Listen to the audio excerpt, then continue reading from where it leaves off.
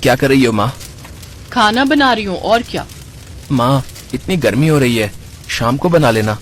क्यों, तुझे भूख नहीं लगी है क्या? लगी तो है, पर कोई बात नहीं। आप चलो ना, थोड़ी देर आराम कर लो। अरे मेरे बच्चे, जा तू जा, मैं खाना बना कर लाती हूँ। नंदिनी ने अपने बेटे रौनक के गाल पर हाथ रखकर प्यार से कहा। नंदिनी के पति का कई साल पहले एक हादसे में निधन हो गया था। तभी से वो दूसरों के घरों में काम करके अपना और अपने बेटे का पेट पाल रही थी। उसका बेटा रौनक बहुत ही समझदार और संस्कारी बच्चा था। वो अपनी माँ का बहुत ख्याल रखता था। उस दिन भी जब आराम करने की जगह रौनक आंगन में झाड़ू लगाने लगा और फिर, अरे ये क्या कर रहा है रौनक? आप खाना बना रही थी तो मैंने सोचा तब तक मैं आंगन ही साफ कर दूं, आपकी थोड़ी मदद हो जाएगी। माँ, वैसे खाने में क्या बनाया आपने? आज मैंने कुछ अलग बनाया है, पुलाव कहते हैं इसे। जा जल्दी हाथ मुंह धोकर आजा।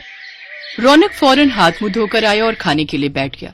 नंदिनी ने कई सारी सब्जियों के साथ बढ़िया पुलाव बनाया था, जिसे खाते ही रौनक बोला, वाह माँ, ये तो बहुत ही अच्छा है। और नहीं तो क्या, बड़ी मेहनत लगती है इसे बनाने में। तब तो आप थक गई होंगी ना, आप जल्दी से खाना खाओ, फिर मैं आपके पैर दबा दूंगा। पुलाव खा के माँ पर बड़ा प्यार आ रहा है तुझे। ऐसा नहीं है, पर एक बात तो है, ये पुलाव है बहुत अच्छा। माँ, एक बात पूछूं? हाँ पूछना। ये बिरयानी भी इसे ही कहते हैं क्या? नहीं, तूने कहाँ से सुना बिरयानी का नाम? वो कल क्लास में सलीम बता रहा था कि कल उसके घर में अंडा बिरयानी बनी थी। बिरयानी बनती तो चावलों से ही है, लेकिन वो पुलाव से थोड़ी अलग होती है। अच्छा माँ, ये अंडा बिरयानी इस पुलाव से अच्छी तो नहीं होती होगी ना? सारी चाल समझ रही हूँ मैं तेरी। अब समझ में आया कि तू क्यों मेरे पैर दबाने की बात कर रहा था। चल, मैं बना दूंगी तेरे लिए अंडा बिरयानी।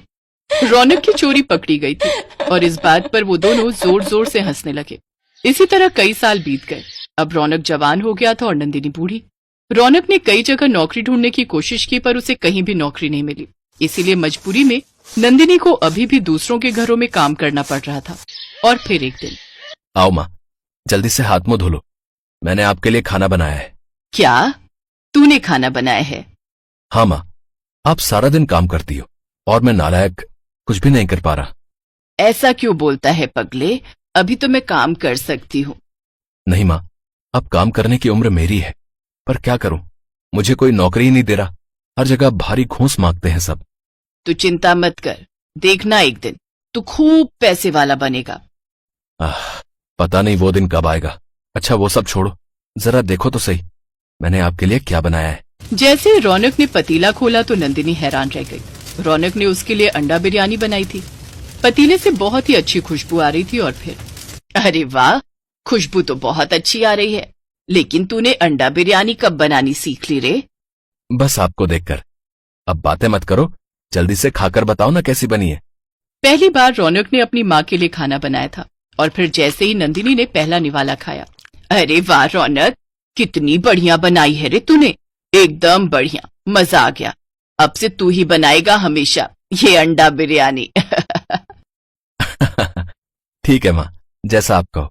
फिर दोनों माँ बेटा चाव से अंडा बिरयानी खाने लगे। तभी दरवाजे से रौनक के दोस्त सलीम की आवाज आती है। रौनक, रौनक कहाँ है तू? सलीम आजा, हम खाना खा रहे हैं, आजा। आदाब खाला, कैसी हो? मैं ठीक हूँ सलीम, तू कैसा है? बस आपकी दुआएं हैं खाला।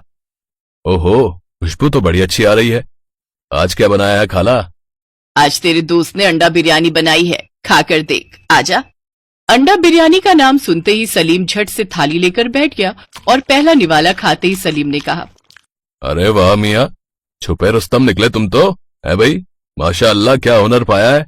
अबे भाई तू छोड़ ये नौकरी वोकरी का चक्कर, तू तो अपना काम शुरू कर।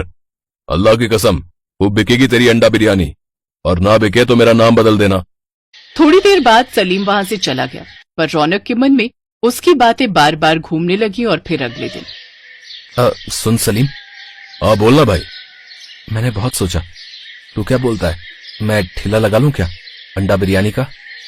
तू एक काम कर, वो जो स्कूल है ना अपने गांव में, अभी उसी के पास अपना ठेला लगा ले। पहले वहां शारिक नाम का आदमी अंडा बिरयानी बेचता था 50 रुपए में, पर वो उतनी मजेदार नहीं थी। अब तू वहीं से बिस्मिल्लाह कर दे।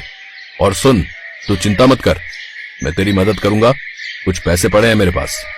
अपने हुनर और दोस्त की मदद से रौनक ने अपना ठेला शुरू कर दिया। पहले ही दिन उसकी दुकान पर 6-7 ग्राहक आए, जिन्हें उसकी बनाई अंडा बिरयानी बहुत पसंद आई और बची हुई अंडा बिरयानी शाम को रौनक, नंदिनी और सलीम ने खाई। धीरे धीरे रौनक के ठेले पर काफी लोग आने लगे, लेकिन उसकी दुकान पर घूम फिर कर वही 10-12 लोग ही आते थे। इससे रौनक का खर्चा तो चल जाता था, पर वो थोड़े और पैसे कमाना चाहता था। और फिर एक दिन रौनक की दुकान पर एक आदमी आया जिसका नाम आकाश था। भैया कैसी दी अंडा बिरयानी? बस 50 रुपए की भैया जी। अच्छा तो फिर लगा दो 1 प्लेट। अभी लो भैया। आकाश को रौनक की अंडा बिरयानी बहुत पसंद आई। उसने अपनी उंगलियां चाटते हुए कहा, अरे वाह भैया, हमारे इलाके में इतनी अच्छी अंडा बिरयानी मिलती है और हमें ही ये बात नहीं पता थी। आपको तो फुर्सत ही नहीं मिलती होगी, शाम तक तो सारी बिक जाती होगी। कहाँ भैया, गिने चुने 10-12 लोग ही आते हैं, बस गुजारा चल जाता है। अरे क्या बात कर रहे हो? इसका मतलब यहाँ लोगों का आना जाना कम है। तुम एक काम क्यों नहीं करते, रेलवे स्टेशन के अंदर क्यों नहीं बेचते अपनी अंडा बिरयानी? पर भैया स्टेशन के अंदर कैसे? अरे तुम चिंता मत करो, मेरा नाम आकाश है और मैं ट्रेन चलाता हूँ, यानी लोको पायलट हूँ। अभी स्टेशन पर वेंडर के लिए टेंडर निकल रहे हैं, थोड़ी सी फीस लगेगी और देखना भीड़ लग जाएगी तुम्हारे स्टॉल पर। अब अगर ऐसा हो जाए तो बड़ी मेहरबानी होगी भैया। अरे तुम चिंता मत करो, मैं कल ही तुम्हारे लिए बात करता हूँ।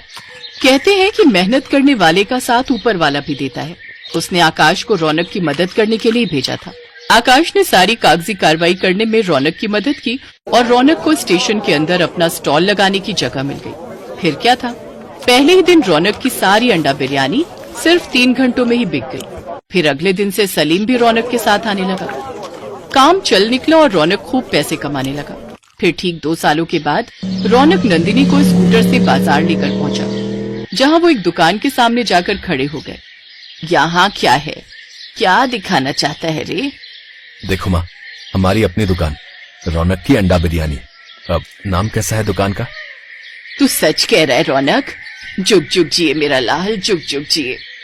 रौनक ने वाकई अपनी मेहनत से अपनी किस्मत और भविष्य संवार लिया था। उसकी अंडा बिरयानी दूर दूर तक मशहूर हो गई। वक्त के साथ दुकानें बढ़ती गईं, लेकिन रौनक के हाथों का स्वाद और खाने की क्वालिटी में कोई बदलाव नहीं आया। खास तौर पर उसके गांव के रेलवे स्टेशन पर आती जाती रेलों के यात्रियों की पहली पसंद तो रौनक की अंडा बिरयानी ही थी, जो बीतते वक्त के साथ रौनक के